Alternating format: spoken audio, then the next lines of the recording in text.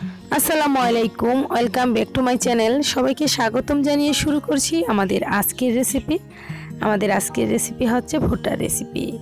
আজকে আমি ক্যাপসিকাম দিয়ে খুব মজা করে একটি ভুট্টা রেসিপি আপনাদের সাথে শেয়ার করব। আর এই ভুট্টা সিদ্ধটা এতটাই মজার যা ছোট বড় সকলের জন্য খুবই উপকারী আর সকলেই পছন্দ করবে। তাহলে চলুন দেখি কিভাবে মজা করে এই ভুট্টার রেসিপিটা তৈরি করা যায়। তার পুরো প্রস্তুত প্রণালীটা একবার দেখে আসি।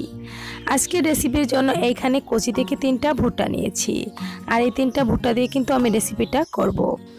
প্রথমে আমি ছড়া থেকে ভুট্টার খোসাটা ফেলে দিয়েছি। এখন ভুট্টার ছড়া থেকে ভুট্টাগুলো নিয়ে নিতে হবে। ভুট্টাগুলো আমি নিয়ে একবার পানি দিয়ে ধুয়ে নিয়েছি। এখন রেসিপিটা করার জন্য সরাসরি চুলায় চলে যাব। চুলায় একটা প্যান বসিয়ে পরিমাণ মতো পানি গরম করার জন্য দিয়ে দিয়েছি। পানি যখন কিছুটা গরম হয়ে এসেছে তখনই এর মধ্যে দিয়ে দিলাম ভুট্টাগুলো। আর এখন দিয়ে দিব আমি পরিমাণ মতো লবণ। লবণের পরিমাণ আপনাদের পছন্দ মতো বাড়িয়ে কমিয়ে দিয়ে দিবেন। এখন ভালো করে নেড়েচেড়ে একটু মিশিয়ে নেওয়ার পর ঢাকনাটা ডেকে সিদ্ধ করে নিব 5 থেকে 6 মিনিটের মতো।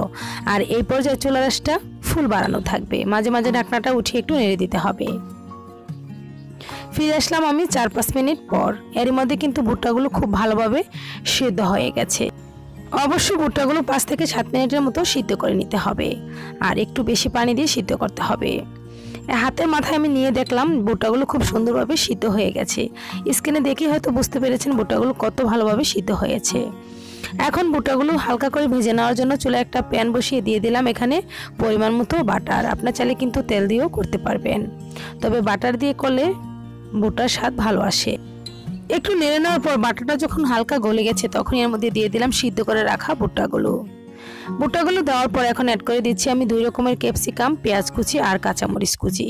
আমি লাল এবং সবুজ ক্যাপসিকাম দিয়েছি, আপনার চাইলে কিন্তু এক রকমের ক্যাপসিকাম দিয়েও করতে পারবেন। আমি কিন্তু পেঁয়াজগুলো ছোট ছোট কিউব করে কেটে নিয়েছি, আর সবজিগুলো একইভাবে কেটেছি। সবজির পরিমাণ চাইলে এখানে বাড়িয়ে কমিয়ে দিতে পারবেন। কিছুক্ষণ নেড়ে নেওয়ার পর এখানে অ্যাড করে দিলাম অল্প পরিমাণে বিট লবণ। আমি যখন ভুট্টাগুলো সিদ্ধ করেছিলাম তখন কিন্তু লবণ দিয়ে সিদ্ধ করেছি, সেটা মাথায় রেখে কিন্তু ভুট্টার ভিতরে লবণ অ্যাড করতে হবে। আর দিয়ে দিচ্ছি এখানে 1 টেবিল চামচের মতো সয়া সসে কিন্তু প্রচুর পরিমাণে লবণ দেওয়া থাকে, তার জন্য লবণের পরিমাণ কমিয়ে দিতে হবে। আর দিয়ে দিলাম এখানে 1 চা চামচের মতো গোলমরিচের গুঁড়া দিলে এই ভুট্টা ভাজাটা খেতে বেশি ভালো লাগে। ক্যাপসিকাম, কাঁচামরিচ কুচি, লবণ এবং গোলমরিচের গুঁড়া দেওয়ার পর নেড়েচেড়ে 1 মিনিটের মতো ভেজে নিলাম। এই পর্যায়ে কিন্তু চুলার আঁচটা ফুল বাড়ানো আছে, আর এই রেসিপিটা কিন্তু অবশ্যই চুলার আঁচটা ফুল বাড়িয়েই করতে হবে। আর এখন দিয়ে দিলাম আমি 1/2 চা চামচের মতো লেবুর রসটা অ্যাড করলে খুব সুন্দর একটা ফ্লেভার যোগ হয় এবং খেতে অনেক মজার হয়। লেবুর রস দিয়ে দিয়েছি। আর এখন অ্যাড করে দিব আমি 1 টেবিল চামচের মতো টমেটো সসটা অ্যাড করলে খুব সুন্দর একটা কালার চলে আসে। যদি হাতের কাছে থাকে অবশ্যই অ্যাড করে দিবেন, আর না থাকলে না দিলেও চলবে।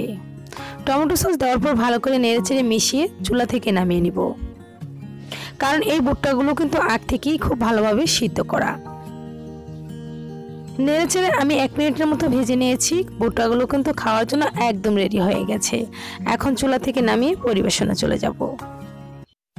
ভুট্টার এই রেসিপিটা এতটাই সুস্বাদু যা আপনি কল্পনাও করতে পারবেন না। যারা এখনো খান নাই একবার হলে ট্রাই করুন। এখন কিন্তু ভুট্টার সিজন, আর এই সিজনে কিন্তু রেসিপিটা খাওয়া খুবই সহজ। আশা করি আজকের এই হেলদি এবং পুষ্টিকর রেসিপিটা সবার কাছে ভালো লেগেছে। যদি রেসিপিটা ভালো লাগে একটি লাইক দিয়ে আমার পাশে থাকুন আর নতুন নতুন রেসিপির জন্য।